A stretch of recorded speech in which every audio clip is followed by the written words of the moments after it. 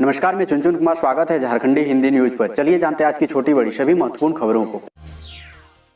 झारखंड में 6 मई तक बढ़ा लॉकडाउन, पहले से चल रही पाबंदियों और छूट में होंगे बदलाव। झारखंड में कोरोना की लगातार बिगड़ती स्थिति को देखते हुए स्वास्थ्य सुरक्षा सप्ताह को 6 मई की सुबह 6 बजे तक के लिए बढ़ा दिया गया है। मुख्यमंत्री हेमंत सोरेन ने बुधवार को स्वास्थ्य सुरक्षा सप्ताह एवं राज्य में कोरोना संक्रमण की स्थिति पर आपदा प्रबंधन प्राधिकार की बैठक में यह निर्णय लिया। उन्होंने पहले से चल रहे लॉकडाउन के नियमों में बदलाव की बात भी कही है, यानी पाबंदियों और छूट में बदलाव किया जा रहा है। अब दुकानें दोपहर 2 बजे तक ही खुली रहेगी। इसे लेकर लोगों को दोपहर 3 बजे तक मूवमेंट करने की इजाजत होगी। राज्य में कोरोना संक्रमण की स्थिति को देखते हुए स्वास्थ्य सुरक्षा सप्ताह 6 मई सुबह 6 बजे तक बढ़ाने का निर्णय लिया गया है। स्वास्थ्य सुरक्षा सप्ताह के पूर्व के निर्देशों के कुछ परिवर्तन किए गए हैं, जिसकी विस्तृत जानकारी शीघ्र जारी की जाएगी।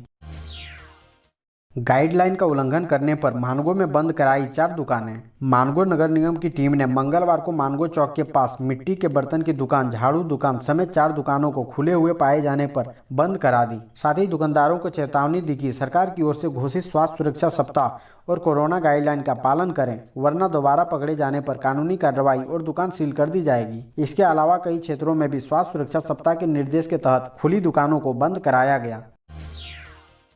कोरोना से जंग के लिए अब झारखंड में सेना ने बढ़ाई मदद की। आम नागरिकों के लिए खोला मिलिट्री हॉस्पिटल। देश भर में कोरोना महामारी के चलते मचे हाहाकार में भारतीय सेना राहत पहुंचाने के कार्य में लगातार जुटी हुई है। कई राज्यों में सेना ने अपने अस्पताल और डॉक्टर्स राज्य सरकारों को मुहैया कराए हैं, ताकि आम लोगों की जान बचाई जा सके। इसी कड़ी में झारखंड की राजधानी में भी सेना ने मिलिट्री हॉस्पिटल के द्वार आम नागरिकों के लिए खोल दिए हैं। सेना ने रांची के नामकुम में स्थित मिलिट्री हॉस्पिटल में 50 बेड का कोविड केयर यूनिट बनाया है, जिसमें आम लोगों का इलाज किया जाएगा। झारखंड सरकार के आग्रह पर सेना ने ये कोविड केयर यूनिट राज्य को उपलब्ध कराया है और ये बुधवार से ही शुरू हो गया है। झारखंड सरकार ने सेना से आग्रह किया था कि राज्य में कोरोना के कारण पनपी भयानक स्थिति में सेना उन्हें मेडिकल मदद पहुंचाए। सेना ने इसी आग्रह पर मिलिट्री हॉस्पिटल में कोविड यूनिट बनाई है। कोरोना काल में भी मिला आईआईटी धनबाद के 30 से अधिक छात्रों को 40 लाख रुपए का पैकेज। कोरोना से पिछले 15 महीनों से पूरी दुनिया की अर्थव्यवस्था पूरी तरह प्रभावित है। ऐसे में आईआईटी आईएसएम के छात्रों पर होने वाली नौकरी की बारिश उम्मीद की किरण दिख रहा है कि यह दौर भी जल्द ही गुजर जाएगा। एकेडमिक वर्ष 2020-21 के दौरान संस्थान के छात्रों का प्लेसमेंट शानदार रहा है। हालांकि कैंपस प्लेसमेंट की कुल संख्या में गिरावट के बीच भी यहाँ के छात्रों को बहुराष्ट्रीय कंपनियों की ओर से रिकॉर्ड तोड़ पैकेज का ऑफर मिल रहा है। मंगलवार को गूगल ने संस्थान के छात्र को 44 लाख रुपए का पैकेज ऑफर किया है। यह इस वर्ष संस्थान के किसी भी छात्र को ऑफर किए जाने वाला तीसरा सबसे बड़ा ऑफर है। इससे पहले जापानी कंपनी लिंक्विज ने 48.38 लाख रुपए का पैकेज ऑफर किया था। जानकारी के मुताबिक माइक्रोसॉफ्ट ने 18 छात्रों को 45 लाख और 14 छात्रों को 43.31 लाख रुपए का पैकेज ऑफर किया है। मरने वालों की जिंदगी तो नहीं लौट सकती, 4 लाख की मदद की गारंटी देती यह योजना। प्रधानमंत्री जीवन ज्योति बीमा योजना केंद्र सरकार की 2 प्रमुख बीमा योजनाएं पहले कई वर्षों से चल रही है। सबसे अहम है कि इन दोनों योजनाओं की प्रीमियम राशि भी बेहद कम है। इसलिए अधिसंख्य लोगों ने प्रधानमंत्री जीवन ज्योति बीमा योजना और प्रधानमंत्री स्वास्थ्य सुरक्षा बीमा योजना करा रखा है। दोनों योजनाओं के लाभ के लिए हर वर्ष आपके खाते से 342 रुपए काटे जाते हैं। प्रधानमंत्री जीवन ज्योति बीमा योजना का प्रीमियम 330 रुपये और सुरक्षा बीमा योजना का प्रीमियम मात्र 12 रुपये वार्षिक है। इस दोनों योजनाओं का लाभ संबंधित व्यक्ति की मृत्यु के बाद उनके आश्रितों को मिलती है। कोविड-19 की दूसरी लहर और इस संकट की घड़ी में इन दोनों योजनाओं का लाभ मरने वालों के आश्रित जरूर ले सकते हैं। कम से कम संकट की इस घड़ी में कुछ तो राहत की उम्मीद रहेगी। मृत्यु के 30 दिन के अंदर इन दोनों योजनाओं के लिए क्लेम करना जरूरी है। इसलिए अपने संबंधित बैंक में संपर्क करें और अपने बैंक पासबुक को अपडेट कराते रहें। कोरोना से डर राजस्थान छोड़ रहे प्रवासी। रेलवे ने अजमेर स्पेशल के बढ़ाए फेरे। अब राजस्थान से भी बड़े पैमाने पर प्रवासियों की घर वापसी शुरू हो गई है। ट्रेनों में वापसी की भीड़ के मद्देनजर मंगलवार को अजमेर से हावड़ा के लिए स्पेशल ट्रेन चलाई गई। इसके बाद भी झारखंड, बिहार और पश्चिम बंगाल लौटने वाले यात्रियों की भीड़ कम नहीं हुई है। नतीजा, रेलवे ने 30 अप्रैल को एक बार फिर अजमेर से हावड़ा के लिए सुपरफास्ट स्पेशल ट्रेन का ऐलान कर दिया है। दूसरी ओर राजस्थान या दूसरे बड़े शहरों में जाने वालों की संख्या में काफी गिरावट आ गई है। यही वजह है कि 28 अप्रैल को हावड़ा से अजमेर जाने वाली स्पेशल ट्रेन में टिकटों की बुकिंग शुरू होने के बाद भी यात्री नहीं मिल रहे हैं।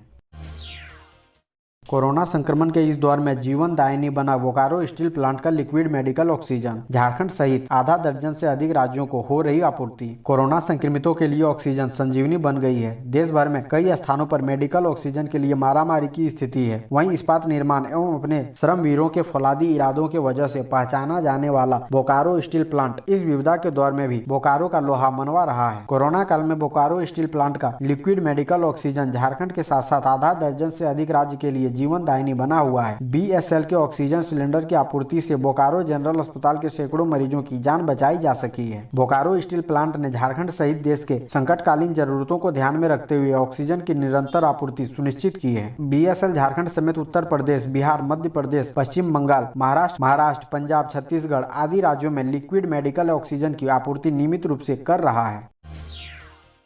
MS धोनी के माता पिता को मिली अस्पताल से छुट्टी। कोरोना संक्रमित होने के बाद कराए गए थे भर्ती। भारतीय क्रिकेट टीम के पूर्व कप्तान महेंद्र सिंह धोनी के माता पिता को अस्पताल से छुट्टी मिल गई है। मंगलवार की रात दोनों को अस्पताल से डिस्चार्ज कर दिया गया है। गौरतलब है कि कोरोना संक्रमण की चपेट में आने के बाद उन्हें अस्पताल में भर्ती कराया गया था। इस बीच उन्हें स्वस्थ होने में 1 सप्ताह का समय लगा। बता दें कि पिता पान सिंह धोनी और माता देवकी बरियातू रोड स्थित पल्स सुपर स्पेशलिटी अस्पताल में इलाज करवा रहे थे। अस्पताल ने बताया था कि उनकी हालत सामान्य थी। उनका ऑक्सीजन लेवल भी ठीक था। संक्रमण फेफड़ों तक नहीं पहुंचा था।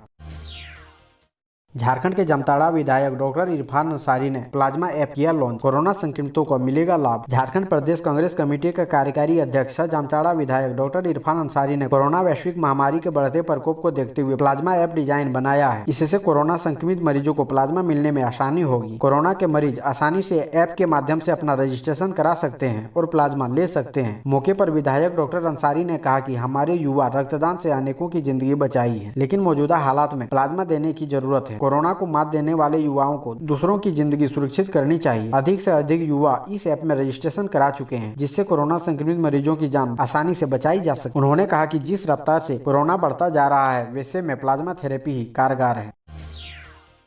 कोरोना संक्रमित रेल कर्मियों के लिए रेलवे ने बनाया व्हाट्सएप ग्रुप। ऑक्सीजन लेवल कम होने पर पहुंचाएगा अस्पताल। रेलवे कोरोना पीड़ित रेल कर्मियों की मदद में जुट गया है। रांची रेल मंडल में रेल कर्मियों की मदद के लिए मुहिम नामक व्हाट्सएप ग्रुप बनाया गया है। अगर किसी रेलकर्मी या रेलकर्मी के परिजन का ऑक्सीजन लेवल कम होता है तो वह फौरन इस व्हाट्सएप ग्रुप में सूचना देगा। इसके बाद रेलवे के कर्मचारी एम्बुलेंस लेकर उस रेलकर्मी के घर पहुंचेंगे और रेलकर्मी या उनके परिजन को चिकित्सा सेवा मुहैया कराई जाएगी।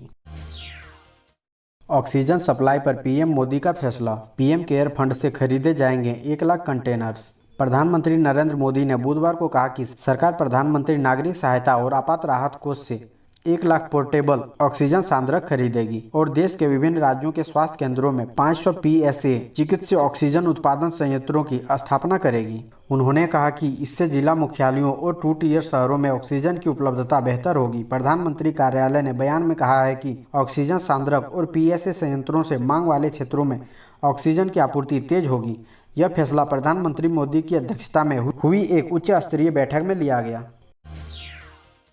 टाटानगर स्टेशन में फिर मिले 17 रेल यात्री कोरोना पॉजिटिव। होम आइसोलेशन में रहने की सलाह। दूसरे राज्यों से टाटानगर पहुंचने वाले यात्रियों की कोविड जांच जारी है। बुधवार को भी टाटानगर स्टेशन पर आने वाले यात्रियों की कोविड जांच हुई। इस दौरान 247 में 17 यात्री कोरोना पॉजिटिव पाए गए। सबों को घर पहुंचाकर होम आइसोलेशन में रहने की सलाह दी गई। साउथ बिहार स्पेशल छत्रपति शिवाजी महाराजा टर्मिनल से हावड़ा को जाने वाली गीतांजलि स्पेशल, अहमदाबाद से चलकर हावड़ा को जाने वाली अहमदाबाद स्पेशल सहित हावड़ा से चलकर बड़बिल को जाने वाली जन शताब्दी स्पेशल ट्रेन से उतरे 247 यात्रियों के कोविड टेस्ट हुए। इसमें से 17 यात्री पॉजिटिव पाए गए। सभी यात्रियों का नाम, पता व मोबाइल नंबर लेकर उन्हें एम्बुलेंस की मदद से घर भेज दिया गया है। कोविशील्ड वैक्सीन की कीमत घटी। राज्यों को अब 300 रुपये में मिलेगी 1 डोज।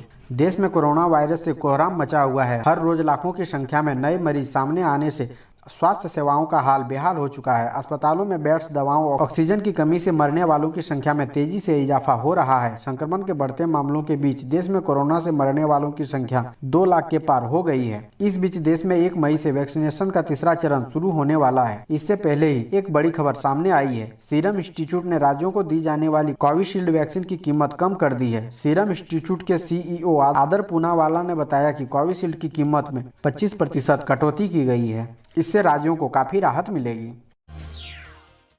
अश्वगंधा और गिलोय जैसी इम्यूनिटी बूस्टर दवाओं की मांग 50% तक बढ़ी। कोरोना संक्रमण की रफ्तार बढ़ते ही अब लोग अपने स्वास्थ्य के प्रति भी जागरूक होने लगे हैं। यही कारण है कि एक बार फिर दवा बाजार में मास्क, सैनिटाइजर, अश्वगंधा गिलोय के साथ साथ इम्यूनिटी बढ़ाने वाली दवाइयों की मांग अचानक से बढ़ गई है। हाल यह है कि इम्यूनिटी बढ़ाने वाली दवाइयों की बाजार में कमी नजर आने लगी है। दवा विक्रेताओं की माने तो महज 15 से 20 दिन में इनकी मांग में 50 से 35% का इजाफा हुआ है। बता दें कि मार्च 2020 में कोरोना ने दस्तक दी थी। डॉक्टरों ने बताया कि कोरोना का इम्यूनिटी पावर से हराया जा सकता है, तो लोगों ने जमकर इम्यूनिटी बूस्टर दवाओं का प्रयोग किया।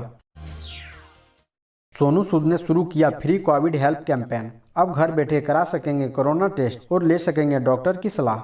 बॉलीवुड एक्टर सोनू सूद पिछले साल से ही कोरोना वायरस महामारी के चलते लगे लॉकडाउन के दौरान से लेकर अब तक मजदूरों, कामगारों और जरूरतमंदों की मदद करते हुए आ रहे हैं। प्रवासी मजदूरों और कामगारों के लिए वह एक मसीहा तक बन चुके हैं। वह अपने गांव और शहर लौटे लोगों के लिए रोजगार भी व्यवस्था करवा रहे हैं। इतना ही नहीं, सोनू सूद ने पिछले कुछ दिनों से दूर दराज के गाँव और शहरों में अपने खर्चे पर वैक्सीनेशन भी करवा रहे हैं। सोनू सूद अब मजदूरों, गरीबों और प्रवासी कामगारों के लिए किसी भी सरकार से ज्यादा मददगार साबित हो रहे हैं। वह खुद भी कोरोना संक्रमित हो चुके हैं और रिकवर होने के बाद आगे आकर लोगों की मदद कर रहे हैं। सोनू सूद ने अब एक नई पहल शुरू की है। इस पहल के तहत वह लोगों को निःशुल्क डॉक्टर की सलाह उपलब्ध करवाएंगे और घर बैठे ही लोगों को कोरोना टेस्ट भी करवाएंगे। इसके लिए उन्होंने फ्री कोविड हेल्प नाम की पहल को लॉन्च किया है। ये पहल उनकी चैरिटी फाउंडेशन सूद चैरिटी फाउंडेशन के साथ मिलकर हीलवेल 24 और कृष्णा डायग्नोस्टिक कर रहे हैं।